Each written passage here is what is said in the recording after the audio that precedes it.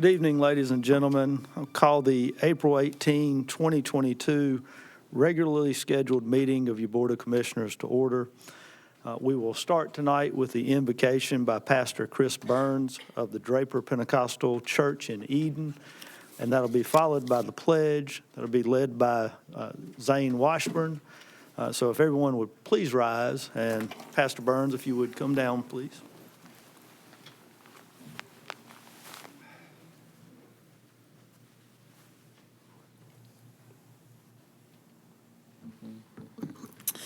Let's pray. Dear Lord, we thank you for this day. Lord, we thank you that you are still God and that you are still sovereign. Lord, we thank you for the gift that you have given us in your Son, Jesus Christ, and dying on the cross for us. Lord, we ask you to impart in us tonight wisdom and discernment, Lord, to make the decisions, the right decisions and the appropriate decisions for this great county of Rockingham. Lord, we ask for your blessings over each commissioner, Lord, and each county employee, Lord. Keep them safe, Lord.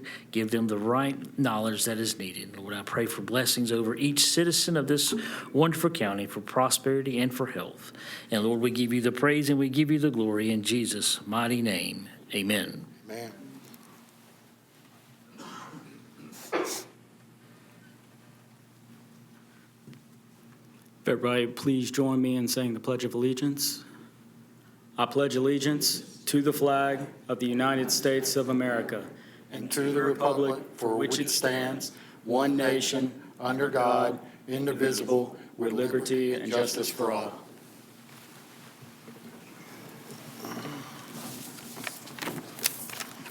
Thank both of you for helping us out tonight with that, with the invocation and the pledge. Next is recognition, and we do have a budget presentation recognition. We'll hand this over to Lance Metzler. Thank you, Chair. As I read some facts about the Distinguished Budget Award, the National Government Finance Officers Association established the Distinguished Budget Award to encourage and assist state and local governments to prepare budget documents of the highest quality, including best management practices. This also recognized the magnitude of transparency within our budget documents. In order to receive the budget award, the entity has to satisfy nationally recognized guidelines for effective budget presentations. Guidelines set by the GFOA, which is the Government Finance Officers Association, to receive the award are designed to assess how well an entity's budget serves as a policy document, a financial plan, an operations guide, and a communication device. Budget documents must be rated proficient in all four categories, including 14 mandatory criteria within those categories to receive the award. Being proficient in all four categories takes a lot of time and effort, but it is worth it because transparency is vital to our county. Our budget document are reviewed and critiqued by 6 to 10 finance officers across the state of United States, across the United States. This is the 9th consecutive year that we have received this designation. And typically I just bring it up, but I think it's important this year to really focus on Paul and his efforts. We're one of 265 counties in the United States to receive this award, and there are 3,006 counties in the United States. It reflects the commitment of the governing body and the staff to meet the highest principles of governmental budgeting. The assistant county manager, Paul Murray, has been at the helm of this endeavor and has done an outstanding job by achieving this recognition for a Distinguished Budget Award presentation. I can't say how proud we are of Paul and all his efforts to do this. He's very dedicated. Typically, in a year's time, you'll see hits on the outcomes. This year we had 0, which means a lot. It really sets an example for other counties to follow. We're one of few in the state of North Carolina that received this recognition, so I want to point out Paul Murray's effort and his hard work and dedication. So if you would, please join me in recognizing Paul. Also, if you wouldn't mind, can you get a picture, the commissioner get a picture with Paul? So we don't have the 2021 on here yet, but it is in the mail, as the government says. Paul, stand up with him over there in the middle. County manager, too. If we could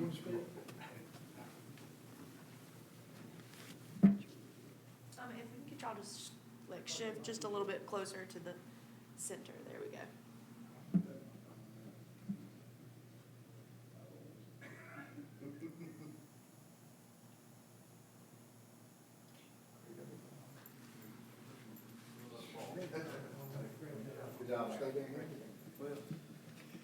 Yeah. Next on the agenda.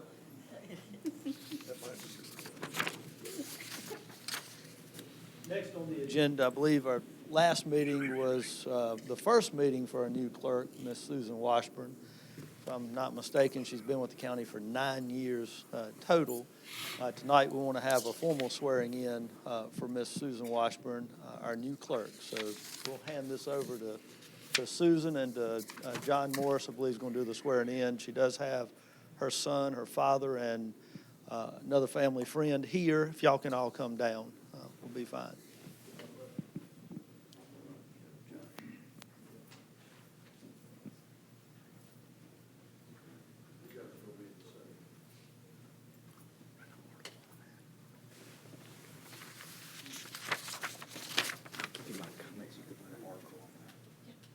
Okay, Susan, welcome. If you would place your left hand on the Bible, raise your right hand, please, and repeat after me. I, Susan Washburn, do solemnly swear or affirm I, Susan Washburn, do solemnly swear or affirm that I will support and maintain the Constitution and laws of the United States that I will support and maintain the constitutions of the laws of the United States and the Constitution and laws of North Carolina, and the Constitution and laws of North Carolina, not inconsistent therewith, not inconsistent therewith, and that I will faithfully discharge the duties of the office that I will faithfully discharge the duties of the office as clerk to the County Commissioners as clerk to the County Commission of Rockingham County. of So help me God. Rockingham. So help me God. Congratulations.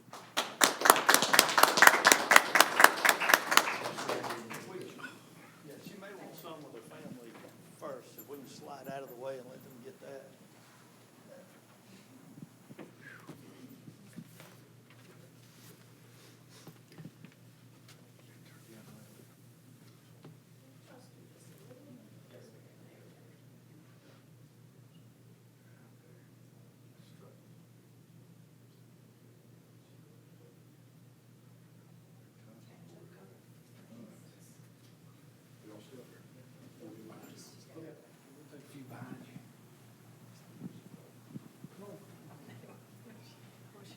You're back in it, Carl. Dancing around up here.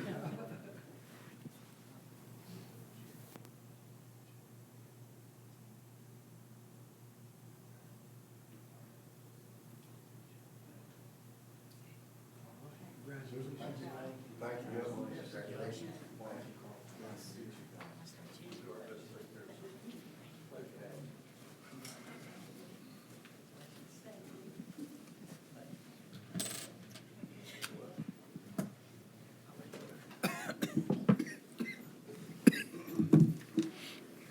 What kind of pen is that?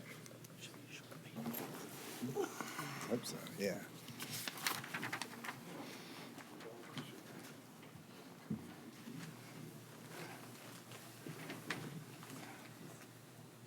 Okay.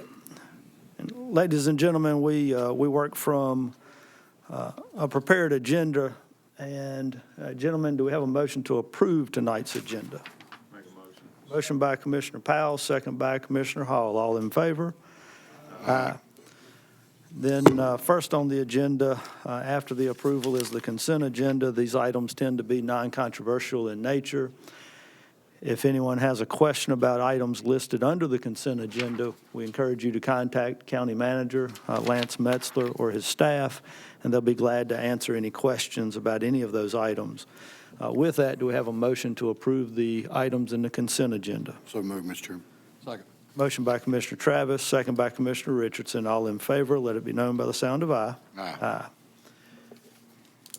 Then item 7 on the agenda is public comment. No one signed up to speak during the public comment period, so we'll move on to item 8, which is Miss Victoria Whitt from Sand Hills Center. Miss Whitt. Good evening. It is a pleasure to be here tonight. I'm Victoria Whitt. I'm the CEO of Sand Hill Center. I want to start by thanking the commissioners for the faith that you have put into Sand Hill Center in making the decision to realign with us as you made the decision to leave Cardinal Innovations. We will do everything we can to make sure that trust is not misplaced. I want to say we have spent many, many meetings in this room with Commissioner Richardson, Lance, your county manager, Felissa, your DSS director, and Commissioner Pirtle before he left, and have really, I think, hammered out a good relationship. Just to tell you a little bit about me, I have been with Sand Hills for 42 years. I have not been the CEO for 42 years, but I have been there at Sand Hills, and I always tell the story. Sometimes I tell it and sometimes I don't because most people don't believe it, but I actually started out at Sand Hills in 1980 as a van driver at one of the day programs. So I have seen the ins and outs and really treasure the opportunity to be here tonight. First off, thank you also for appointing Commissioner Richardson and Keith Duncan to the board of Sand Hill Center. They have been active members since December of last year. Not only have they been active members, but Commissioner Richardson has joined the compliance subcommittee of the board, and Mr. Duncan has joined the HR subcommittee. So they are very much involved in the workings of Sand Hill Center. One of my primary reasons for being here tonight is to present to you the Sand Hill Center request for county allocation. I go to all 11 of our counties during the month of April and May to present this request to you. What you have is a letter that indicates that on March the 9th, the Sand Hill Center Board met and made the decision to not request any additional funding from any of our 11 counties.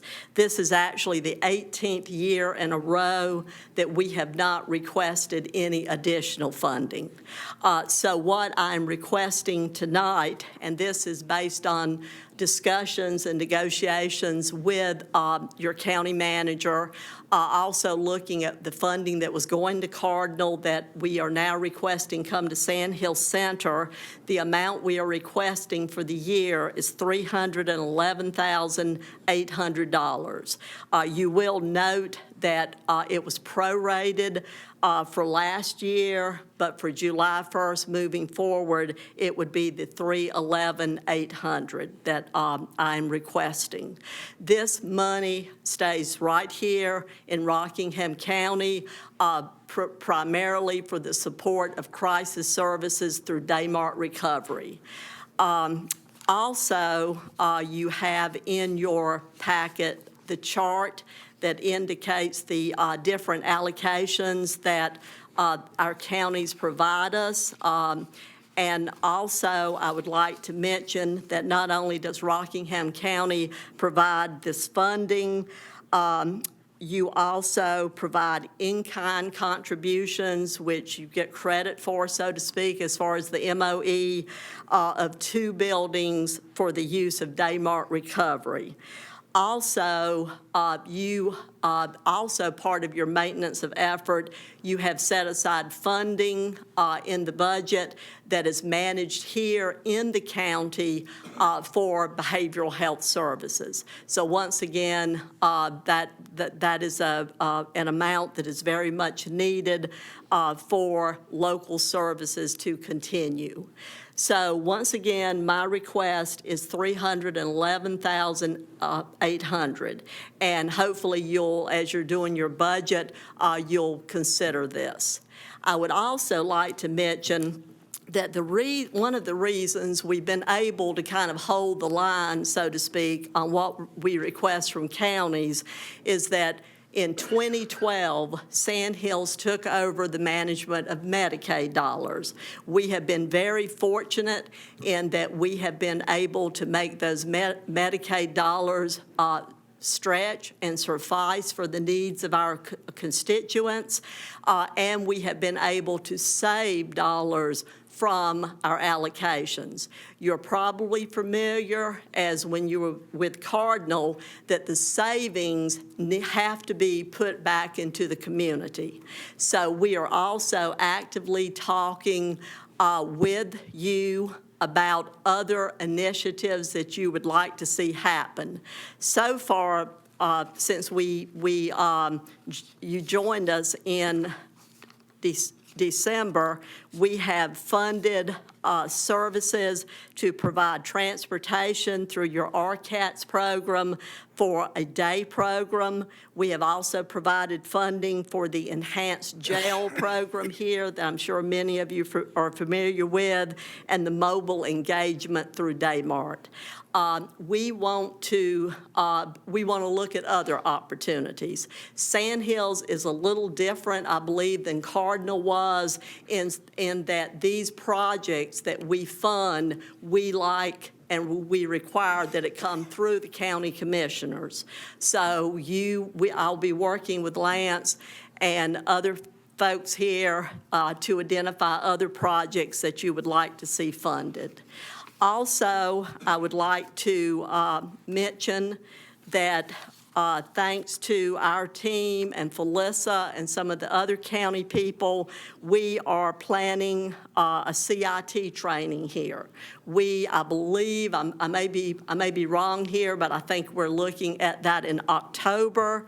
We have put together a good team, and CIT, for those of you who don't know, is crisis intervention training. That is for law enforcement and first responders. We have these in all of our counties. We try to do them 2 times a year, and we are looking at one here in Rockingham County in October.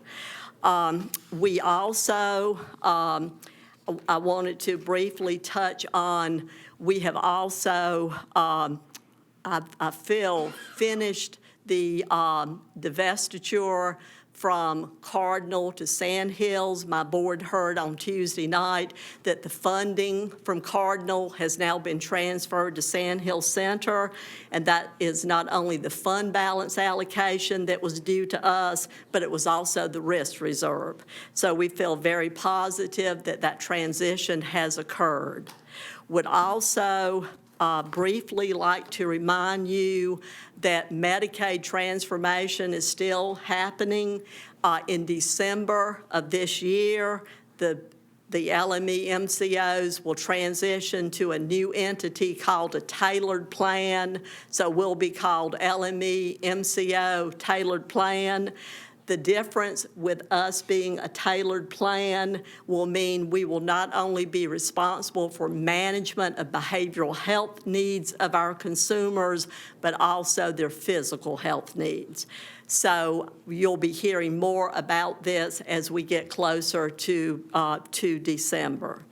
So that also in your packet, you have a generic chart. And the reason this is generic, you will start to get these, is we've not had enough time yet to put one together for Rockingham County. But this is the information that we will be providing to you routinely that will show number of people served, funding that has been allocated, the providers that you have. Once again, this is not reflective of Rockingham County. This is just what the chart will look like. And then lastly, you have our quarterly report and our annual report. So I will not obviously go over those now, but hope you have the opportunity to review those. And I will stop there and see if you have any questions about the allocation request or anything about Sand Hill Center. Any questions? Okay. I don't believe we have any questions. We do have a comment from Commissioner Richardson. Report to the public in general that this transition to Sand Hills has gone very smoothly, and the services provided by Sand Hill since you've taken over as our LME MCO have also been administered smoothly and I think appropriately, such that we are very confident within the county that if we continue at this rate, we're going to give the best service possible to our constituents. And my thanks to you, CEO Whitt, and to Anthony and everybody on your staff. They've been a pleasure to work with. Thank you much. Thank you. Thank you. Next is Trey Wright. I believe he has something for us to consider involving environmental health.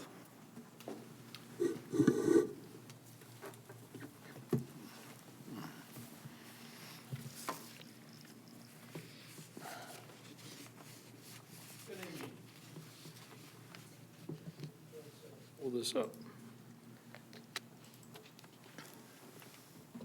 I come to you tonight to discuss a little bit of our on-site wastewater environmental health. So you'll hear me say REHS in a few terms. I'll describe those as we go.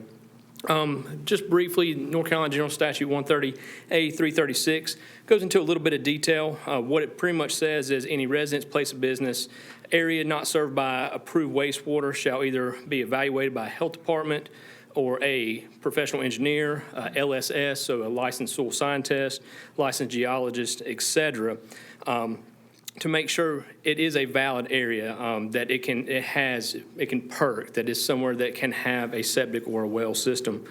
And also, too, that these are valid for 5 years. You can see more about a facility, the proposed site it's going to serve, the proposed location, what type of system, design wastewater flow, et cetera. But one thing about that, and when I get to with on-site wastewater, one part of that general statute says, 130A 336D is a local health department repeatedly fails to issue or deny improvement permits or accepted septic tanks within 60 or within 90 days for provisional, we could be at risk of losing funding from the state if we don't stay within those guidelines.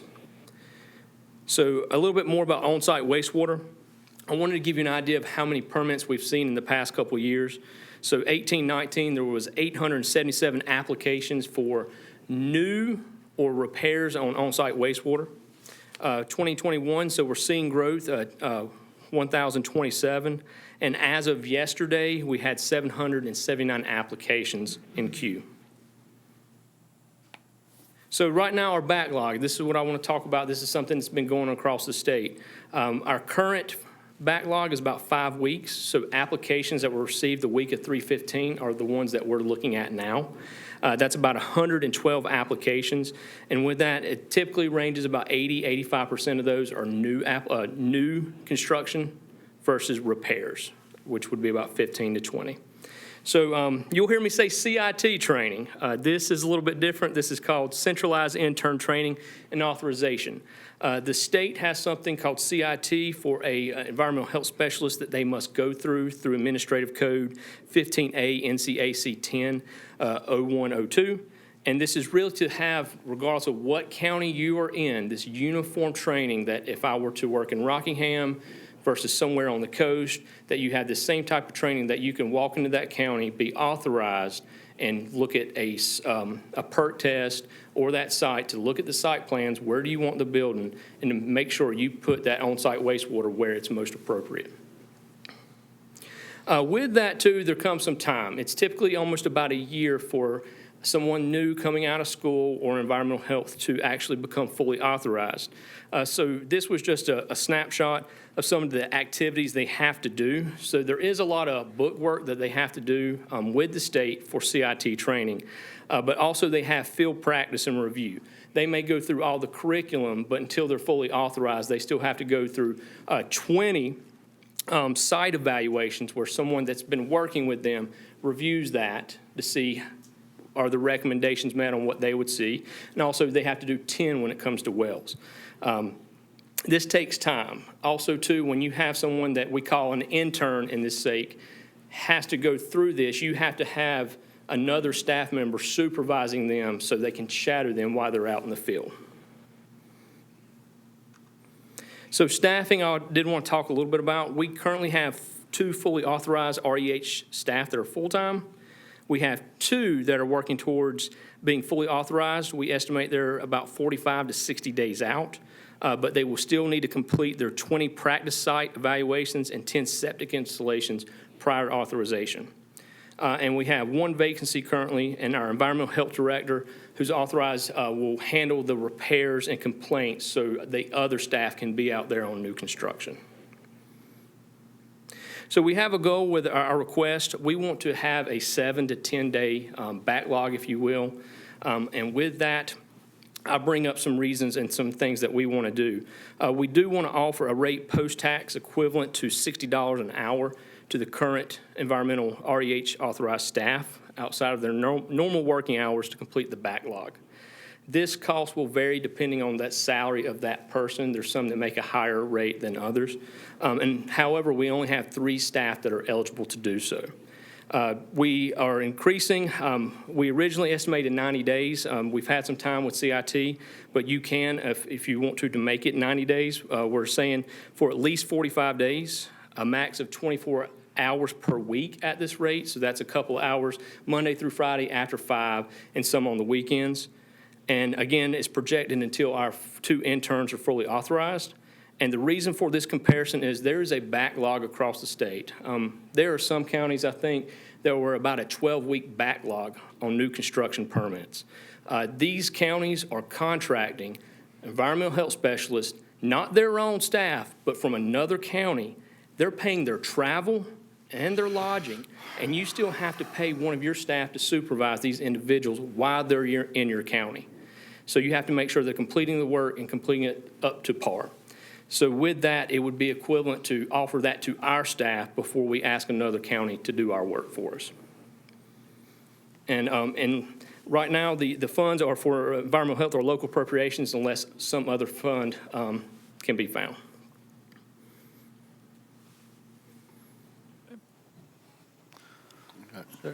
Yes, sir, Commissioner Hall.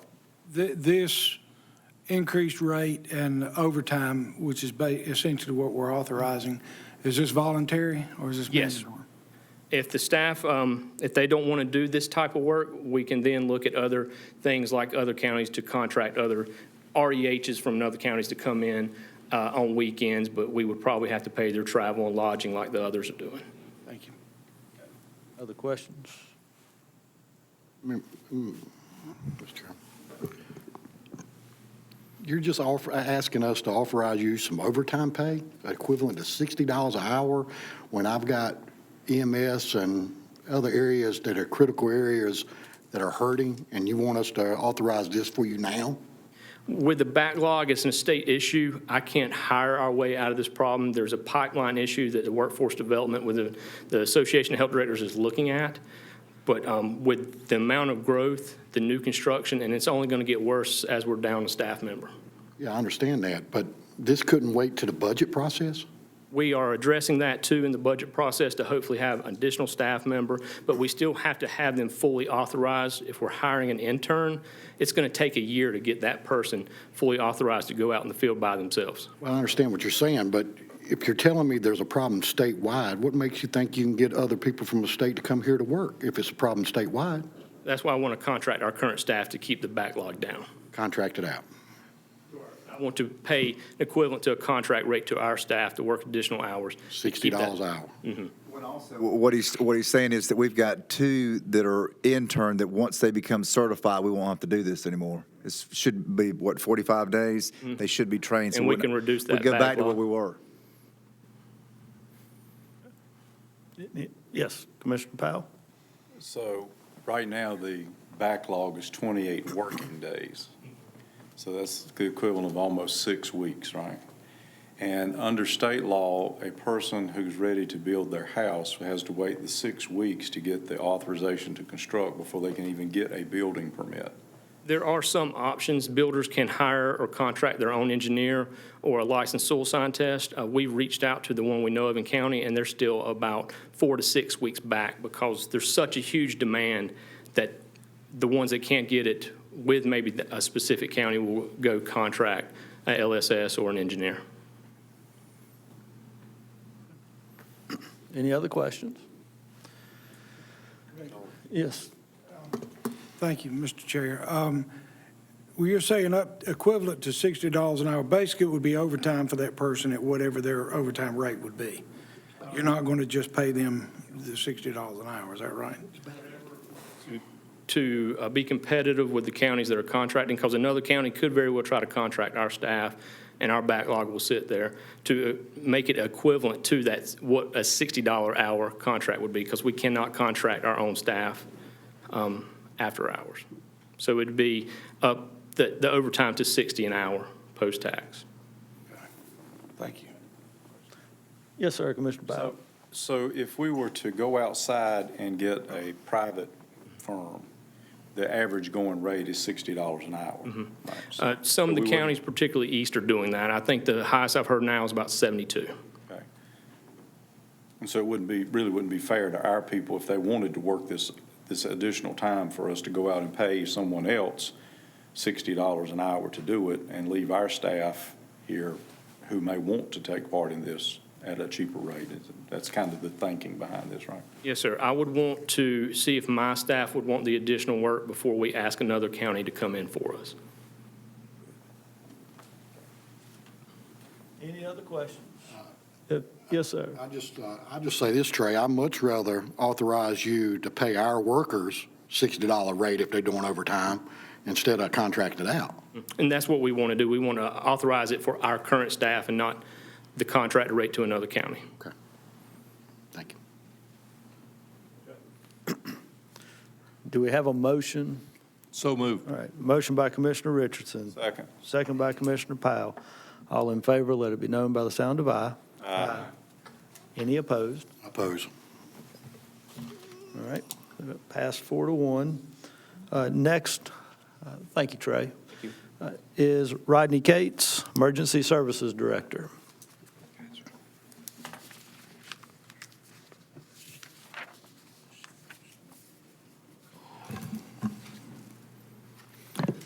Good evening, gentlemen. I'm going to start tonight with a thank you, and I'm not here seeking any personal gain, but I think people need to be recognized for a job well done. This presentation tonight would not be possible without the support of Lance, Paul, Pat Galloway, Justin Thacker, Rodney Stewart, and Stephanie Kingston, and even our lead North Carolina fellow, Aaron Anderson. They have all sat in numerous impromptu meetings. They've listened to us. They've heard our requests. They've heard our arguments. They have supported us, and they've supported the information that we present tonight. So I think they need to be recognized for their efforts. March 24th, you all were presented a memorandum that I sent to the county manager, and that memorandum outlined the concerns that we felt needed an immediate action to address the needs of compression, recruitment, and retention in the EMS division, which has a life safety mission. I'm going to take just a minute and recap portions of that memo because they serve as a foundation of what we're going to request from you all tonight. EMS staffing has always been problematic, but during the pandemic and now in the wake of the pandemic, which has made healthcare providers in all aspects of the industry question their chosen profession, staffing concerns are at an equal level as they were during the pandemic and at an equal level that the pandemic was for everyone. Numerous job opportunities for paramedics are readily available throughout the healthcare industry, including non-traditional options that allow paramedics to serve in emergency room settings. Over the past several weeks, our operations manager, Rodney Stewart, has self-initiated an employee survey. He has reached about 62% of our EMS staff. The top two reasons our people have stated they're leaving or have left are pay and benefits. Based on the fiscal year 23 salary projections, and that's what will go into effect on July 1, and I'm sure we'll be discussing those in meetings coming up. The starting salary for a certified or newly hired paramedic is $18.30 an hour, or it will be in effective July 1. The average hourly rate for all paramedic positions, non-supervisory, is $19.34 an hour. The highest paid paramedic we have on the roster, non-supervisory member, for 2023 will be $23.78 an hour. This exemplifies salary compression as there is only a $5.48 separation in the ranks of the paramedics. The senior paramedic that should receive $23.78 in fiscal year 23 has got 23 years of service. Looking at this from the EMT perspective, the starting salary for an entry-level EMT is $15.05 an hour. The average salary for all EMTs is $15.35. The highest paid EMT is at $16.54. Again, $1.49 separates the ranks of EMT. The highest paid EMT has 11 years of service. Dating back to the end of last summer, Rockingham County EMS has lost approximately 22.58% of the overall workforce. Out of 48 paramedic positions that include the supervisory ranks of captains and lieutenants who are assigned daily shifts and active on the trucks, there are currently 11 vacancies. 2 additional paramedic positions, or paramedics in the supervisory positions, are scheduled to retire in July. Out of 10 allotted EMT positions, there are currently 3 vacancies. Inclusive of 2 members who are scheduled to retire in July, we are facing a minimal decline of 16 members, which is 25.8% of our workforce. 16 members equate to more than 1 shift. 15 members typically occupy a day shift, 13 members occupy a night shift. These statistics also do not account for the members that are on FMLA or that are on intermittent FMLA. Granted, these people may have justified reasons for being on FMLA or intermittent FMLA. These are still extended absences that are negatively impacting our service. 2 recent letters of resignation that we received, and I'll quote what both of them say, which supports what we have found as we survey our people. This was a tough decision to make, but with the compensation of my total years of experience as a paramedic and a more enticing benefits package helped me with the outcome of my decision amongst other factors. This came from a senior member who would have a fiscal year 23 salary had they stayed with us of $19.62 an hour. A second letter we received stated, "I've been offered a position that I can't turn down at a new employer with a better pay and benefits to better my life." Again, a senior paramedic with a fiscal year 23 salary projection of $19.62 an hour. I personally asked both of them, can we counter this offer? Both of them said, you can't touch it. I don't know what they made. I don't know what they're going to make, but that was their response, very politely, but they said you can't touch it. Approximately 6 other members have openly stated that they're waiting to see what happens with compensation by July 1 before they make a final decision on seeking other employment. I fully agree we cannot and will not be held hostage by our employees, but we have to look and put credence in their thought process if they have other opportunities and other places to go. Non-traditional paramedics for employees have already taken approximately 6 of our paramedics. As UNC Rockingham began to hire paramedics last year for their emergency room. Cone Health is on the doorsteps of doing the exact same thing.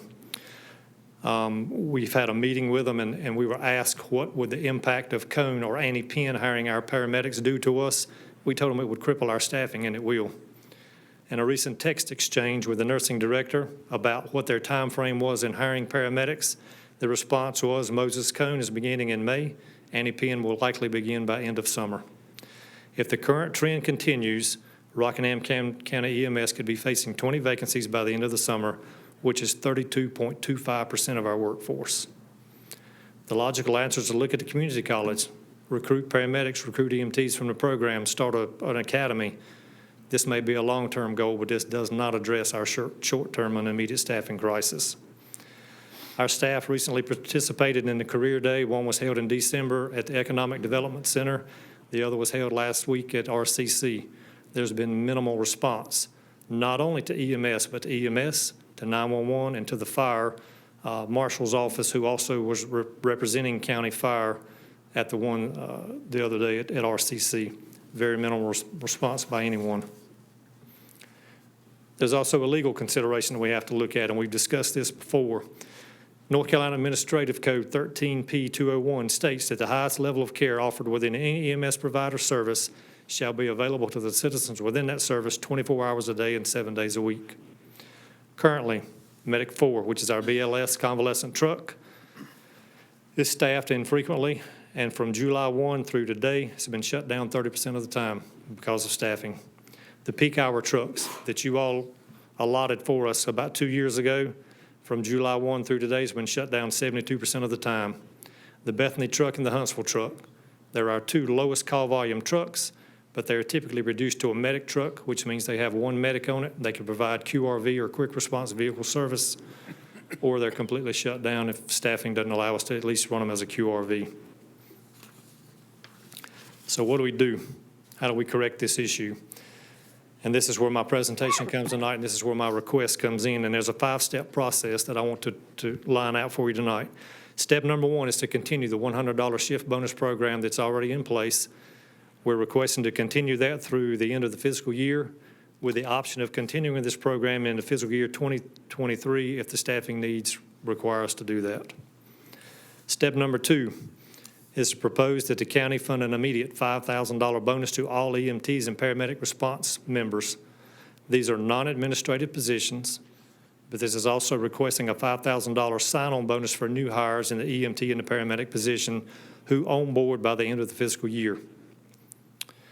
There are currently 48 active response members who are bonus eligible, and upon approval of this plan, we are optimistically factoring in 10 new hires by the end of the fiscal year, provided this plan incentivizes others to join our ranks. If we do not onboard those 10 members, then the cost of the county would be substantially less based on how many people we onboard during this time period. If approved, the bonus program would be administered in the following manner. It's $2,500 paid to each receiving member on the first pay period following your approval of this plan.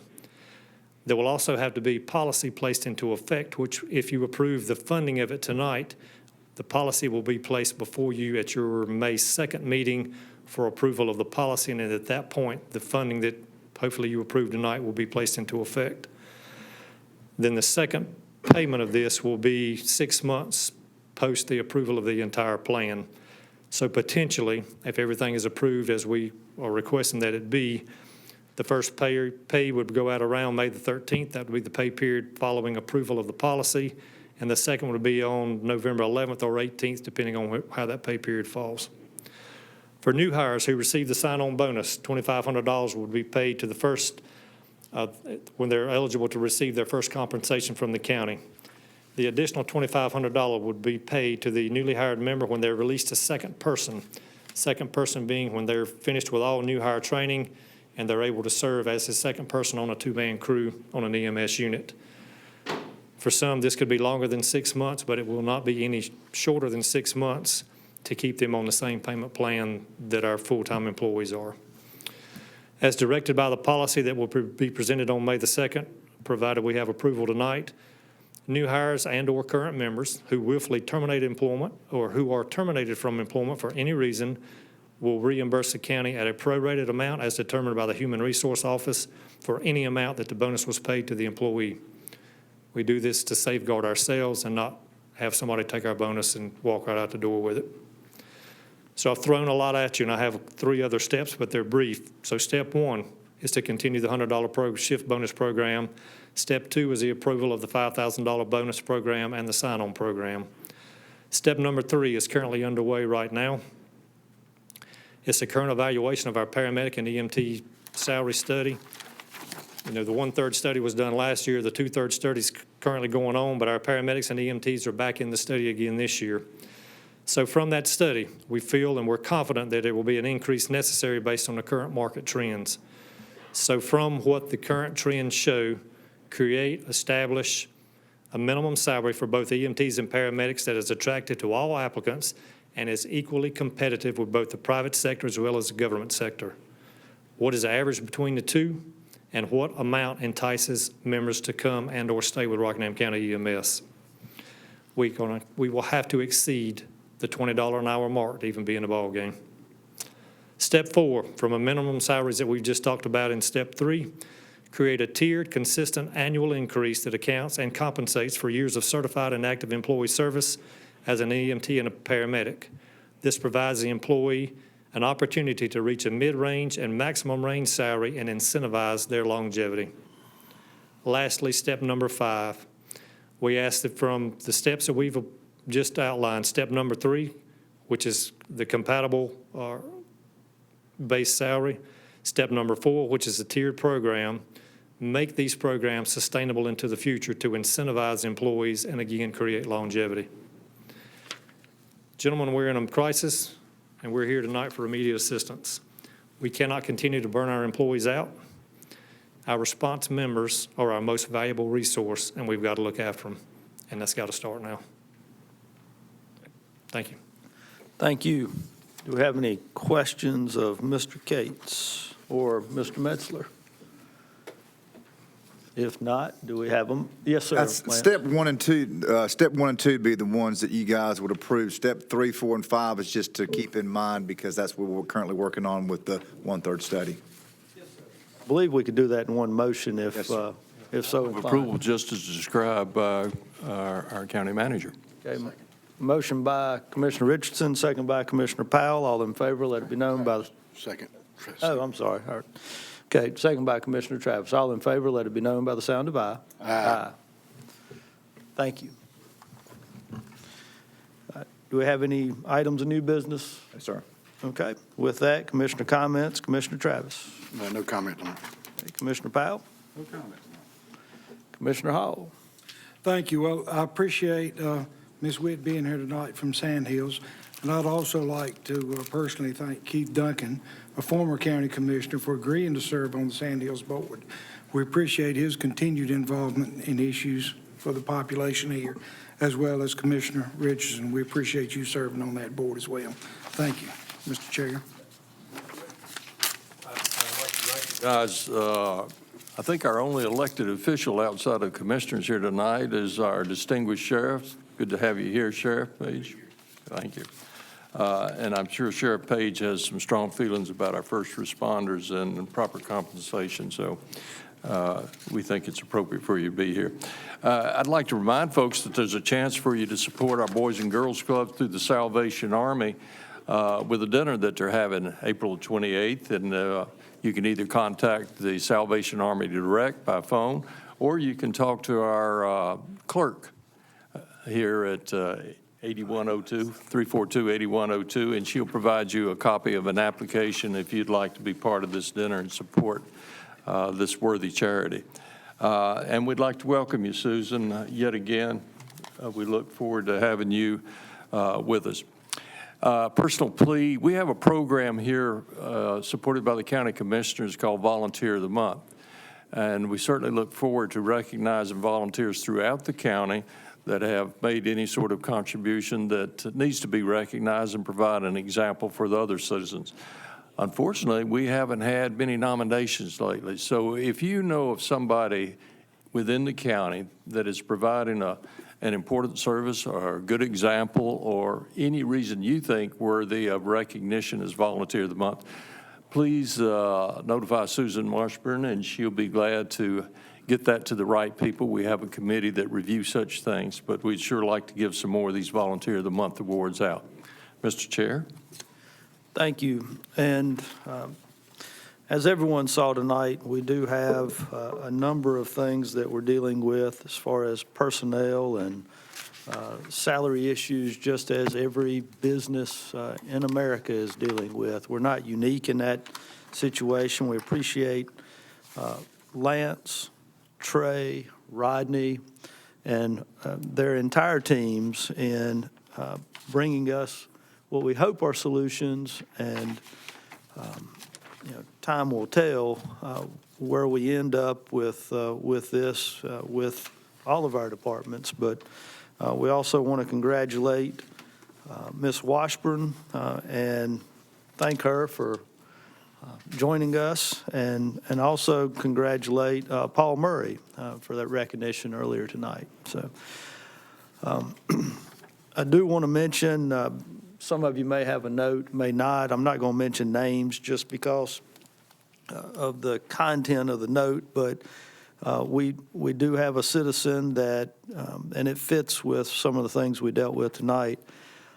Just wanted to send a letter of thanks and really very appreciative of the hard work and dedication of our 911 team, of our first responders, and everything that they did on a difficult night for her. So as we're trying to retain these fine folks, I know they're stressed with regards to the time they're putting in, but our citizens are recognizing how hard they're working, and we certainly appreciate everything that you do. With that, do we have a motion to adjourn? Motion by Commissioner Powell, second by Commissioner Hall, I believe. All in favor, let it be known by the sound of aye. Aye. We stand adjourned.